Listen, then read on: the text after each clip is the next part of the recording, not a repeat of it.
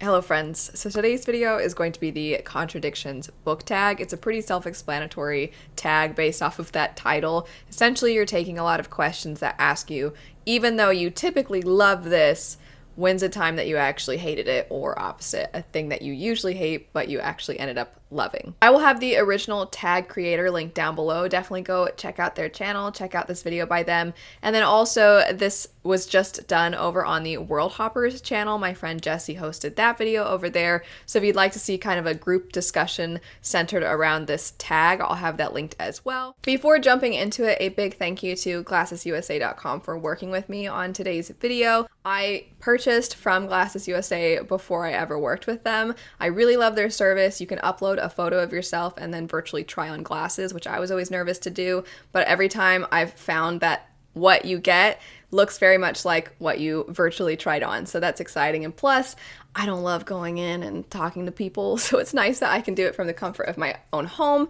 And also, you get the glasses for a more affordable price. They have in-house brands as well as name brands. I'm actually wearing Ray-Bans currently that I got from them. This is one of my favorite pairs. I love the round classic gold look. Usually I'm wearing my clear glasses because these just go with everything in my opinion. They're the ultimate neutrals, what I always say. I love a good pair of clear glasses. I think you can wear it with something nicer as well as with something casual. And then because they do have prescription sunglasses, I just love this pair of sunglasses. I think that it makes any outfit look a little nicer, and considering that I dress in giant oversized shirts all the time, I need something to, make my look a little bit more pulled together. If you don't know what your prescription is, you can actually scan your glasses. They have this function on their app, and then it can figure out what your prescription is. And they also offer blue light blocking lenses. Even if you don't need prescription glasses, you can get regular sunglasses or glasses for those blue light lenses, which help protect your eyes from the light of screens. I really enjoy working with them. I really enjoy all of the glasses that I've gotten from them. And if you're interested in checking out any of their glasses or the pairs that I've mentioned today, I'll have all of that linked in the description bar down below. But jumping into it just from some of my answers to these questions. The first one is, I love this genre, but I don't like this book. This can be essentially any fantasy book that I didn't end up loving, because that's primarily what I read. But I have had at times people leave comments before, like, how can you say you're a fantasy fan and not like XYZ? And usually it's a fantasy book or series that's incredibly popular, of which sometimes I do have I'm not in love with some of the really popular ones. So, for example, I don't love Lies of Locke Lamora, Black Prism, Name of the Wind. Those are some that are very popular that I often see listed as some of the greatest, most popular, and they just weren't for me. Question 2 is, I rarely read this genre, but I loved this book. And I'm going to answer from a couple of different genres. So I don't read a ton of nonfiction. I am trying to read more nonfiction. And a book that it's very highly praised. I'm not probably telling any of you anything new, but Know My Name by Chanel Miller was absolutely amazing. It is heartbreaking. It's very hard to read. It is about a sexual assault survivor. It's a fantastic book. Any of the nonfiction, really, that I've been picking up, I've been really liking. I really enjoyed The Secret Life of Groceries. I really liked Trevor Noah's Born a Crime. Educated. Evicted is absolutely amazing. There's just so many that I've picked up that I think are fantastic. And then the one that I immediately thought of for this question was The Kingdom of Back by Marie Lu. I think this is shelved in an interesting area that it would probably be better off somewhere else. It's currently sold as young adult, and I think it's considered young adult fantasy. And I sometimes consider it fantasy and then sometimes don't. I think it's more historical fiction, magical realism. There are fantastical elements, but it's very much in the magical realism sphere where you're constantly asking yourself, wait, this isn't actually, is this happening? I don't think this is happening. This isn't happening. That's not happening. So as a result, to me, it just feels more like literary fiction, but literary fiction that I think a lot of different age ranges can pick up and read and get different things out of. And for that reason, I would say this one, I don't typically like magical realism within literary fiction, but this one I just absolutely adored. Question number 3 is, I love this trope, but I don't love this book. And I don't know that there's a specific trope that I can even mention. It's just literally everything about this book. I thought I would love it, and that would be Jade City. I didn't hate the book. The main thing for me is it's very character focused, and I didn't really care for any of the characters. So that impacted my enjoyment, I guess you could say. But man, the crime family aspect to it, the family drama, the deep character study, just sitting with characters and their thoughts and their feelings. Literally, sometimes they're just sitting around thinking. And I love that in books. And also the setting is so cool. I just thought everything about it sounded amazing. I thought I was going to love it. I bought the first two before I'd even read the first one, even though I try really hard not to buy sequels if I haven't read the first one, but I was certain I was going to love it, just everything about it. So it's not any one specific trope. It's just literally everything about Jade City I thought I would really like. The next one is I hate this trope, but I loved this book. I don't know basically anybody who enjoys this trope, the not like other girls, not like other boys trope. But A Curse So Dark and Lonely by Bridget Kemmerer, which the first one is my favorite of the trilogy. And I really loved the character Harper, the setup. It's a Beauty and the Beast retelling. It's very popular, so most of you probably know this. But the whole setup is that every season, if they do not find the girl who will fall in love with him and break the curse, he will turn into this beast that goes on a killing rampage, basically, or attempts to, until the cycle starts again. And so they have tried this over and over and over and over again, trying to find someone to fall in love with him. And so they kind of need this particular girl, Harper in this instance, to not be like the other girls before.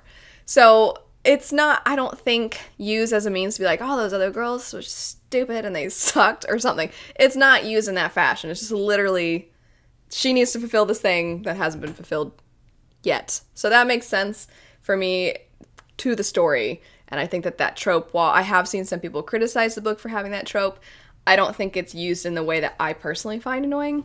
Another trope, though, that I don't love, and I don't know that you can even consider this a trope, it's just something that pops up from time to time, and every time it does, it annoys me. But this one particular book, I can't even say the book, because I don't want to give away spoilers. I'm just going to say, at some point within The Cosmere by Brandon Sanderson, there is a character who loses some memory. It's done in a way that's very high stakes, kind of cliffhanger, like, oh my gosh, what? The moment when it happens, you're like, what's going on? And it just fills you with fear. And those of you that know what I'm talking about, you know what I'm talking about. You know exactly what I'm describing, but I can't say because I don't want to ruin this for people that haven't gotten to this moment.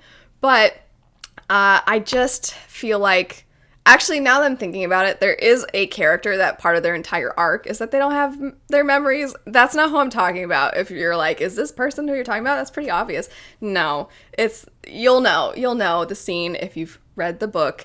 But I typically can't stand when this happens because I don't know what it is. There's something about reading a character, they experience something. This happened in Wheel of Time, where the characters would experience something, and then the bad character would be like, actually, forget. Just like that. That's exactly how it happens, if you're wondering. And then the characters would, and they'd be like, for some reason, I feel like I can't remember what I was just thinking. And I hate when we witness that, because I'm like, gosh darn it, well, like, I know, but you don't know. And it just turns into, like, the friends, like, they don't know that we know that they know that we know thing, and I don't know. I don't know why it bothers me, but I always get irritated, except for that one time in one of the Cosmere books. That instance was more of a, I have no idea what this means, and I'm scared. It was that kind of a feeling, which I really liked. Brandon Sanderson is going to be mentioned for this next one. It's an author that you love, but a book by them that you didn't love. So many of you know, I did not care for Steelheart. I've said before, if that was my first introduction to Sanderson, that I don't know that I would have wanted to read other books by him, because I really didn't care for that one. I really liked the premise. I liked how the story was set up. I feel like as far as Sanderson books go, it's one of the most engrossing right away. But as the story progressed, there was just things about it that I didn't care for. This next one is, I previously disliked a book by this author, but I liked this other book by this author. I feel bad saying I disliked, because I really don't feel like I disliked. I just didn't love Malice by John Gwynne. I read the first one, and there were aspects to it that I really enjoyed.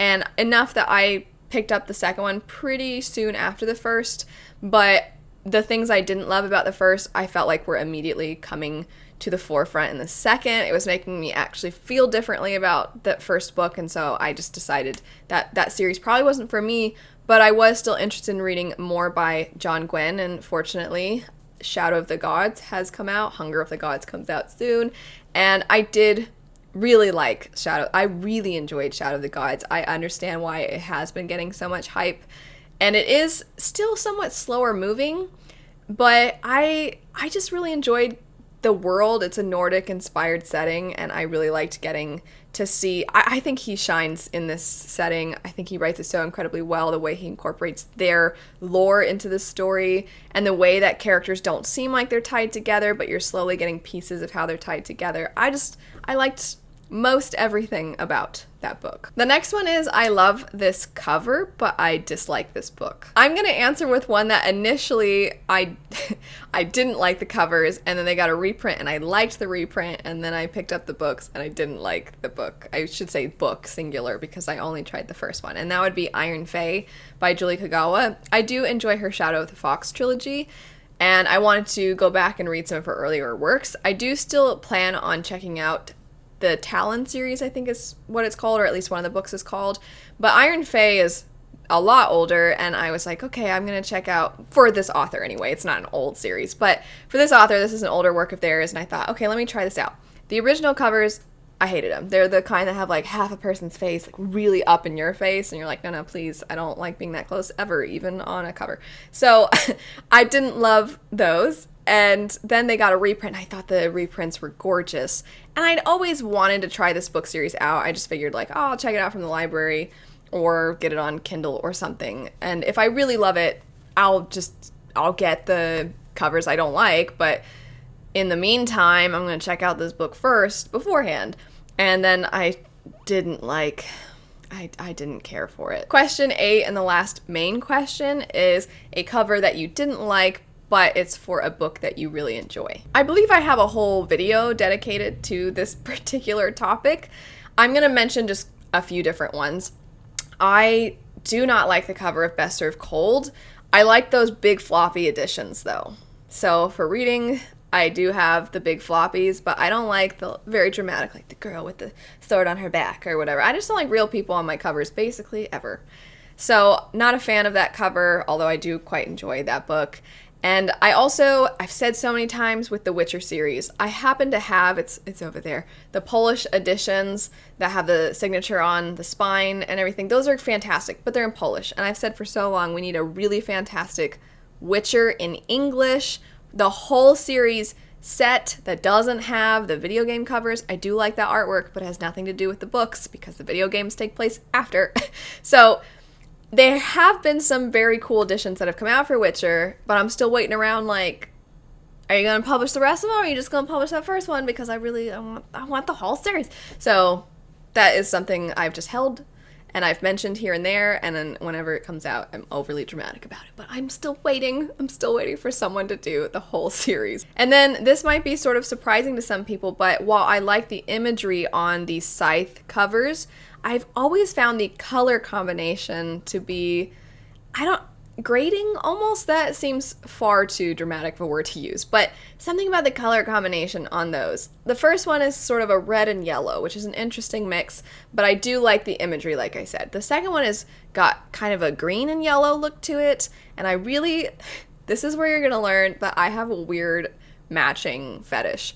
I don't like green and red when it's not Christmas time, and I know that's ridiculous, and it's just this little quirk, and it's silly, but even when I play board games, if somebody wants to be red, I usually like being green, but if they're going to be a red piece, I will be a different color, unless it's Christmas time.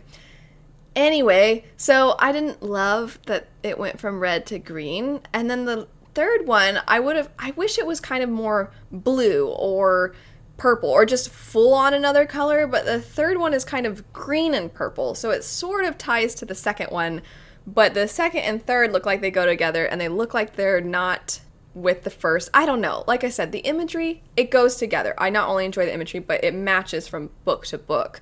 But the color patterns, just not my favorite. The last question is to tag someone. I'm going to tag Jess Owens and then Reagan from Peruse Project. If either of them are interested in doing this tag, I would love to see their answers. But anybody who wants to do this tag, consider yourself tagged. Like I said, I will have the original creators video linked as well as the World Hoppers video, so you can see a bunch of my other friends doing this tag. It was a really fun one. I have wanted to make at times videos dedicated to some of these questions, these individual questions. You can do all sorts of different answers to these. But anyway, I hope you enjoyed this. Let me know what your answers to these would be. I hope you have a lovely rest of your day, and I'll see you all later. Bye. You excited? Oh, Dad had to get his jacket. It's taking so long. You're so excited you got itchy.